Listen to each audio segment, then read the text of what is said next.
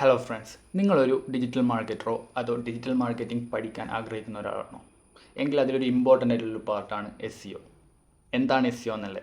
SEO, search engine optimization. ഇതെന്താണെന്ന് ചുരുക്കി പറയുകയാണെങ്കിൽ നമ്മളെ വെബ്സൈറ്റ് ഉണ്ടല്ലോ, നമ്മൾ ഈ വെബ്സൈറ്റിൻ്റെ പെർഫോമൻസ് മറ്റ് കോണ്ടൻറ്റും കാര്യങ്ങളൊക്കെ ഒപ്റ്റിമൈസ് ചെയ്ത്, അതായത് ഇമ്പ്രൂവ് ചെയ്ത് അതിനെ നമ്മുടെ ഗൂഗിളിലോ മറ്റ് സെർച്ച് എഞ്ചിനുകളിലോ ടോപ്പ് റാങ്കിങ്ങിൽ എത്തിക്കുക.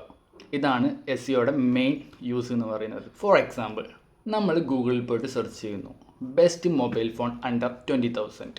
ഓക്കെ, ഇങ്ങനെ സെർച്ച് ചെയ്ത ശേഷം നമ്മളെ ഗൂഗിൾ അടുത്തതായിട്ട് ഒരു പേജിലേക്കും കൊണ്ടുപോകാൻ പോകുന്നത്. ആ പേജിൽ നമുക്ക് ഒരുപാട് റിസൾട്ടുകൾ കാണാൻ പറ്റും. അപ്പോൾ നമ്മൾ ഈ ഗൂഗിൾ കൊണ്ടുപോയി പേജിനെ പറയുന്നതാണ് SERP അഥവാ സെർച്ച് എഞ്ചിൻ റിസൾട്ട് പേജ്. ഈ സെർച്ച് എഞ്ചിൻ റിസൾട്ട് പേജിൽ ഒരുപാട് റിസൾട്ടുകൾ നമുക്ക് കാണാൻ പറ്റും. ഓക്കെ, നമ്മൾ കൊടുത്ത കീവേഡ് എന്ന് പറയുന്നത് best mobile phone under 20,000. Okay, അപ്പോൾ ഇത് റിലേറ്റഡ് ആയിട്ടുള്ള ഒരുപാട് വെബ്സൈറ്റുകൾ നമുക്ക് ആ പേജിൽ കാണാൻ പറ്റും.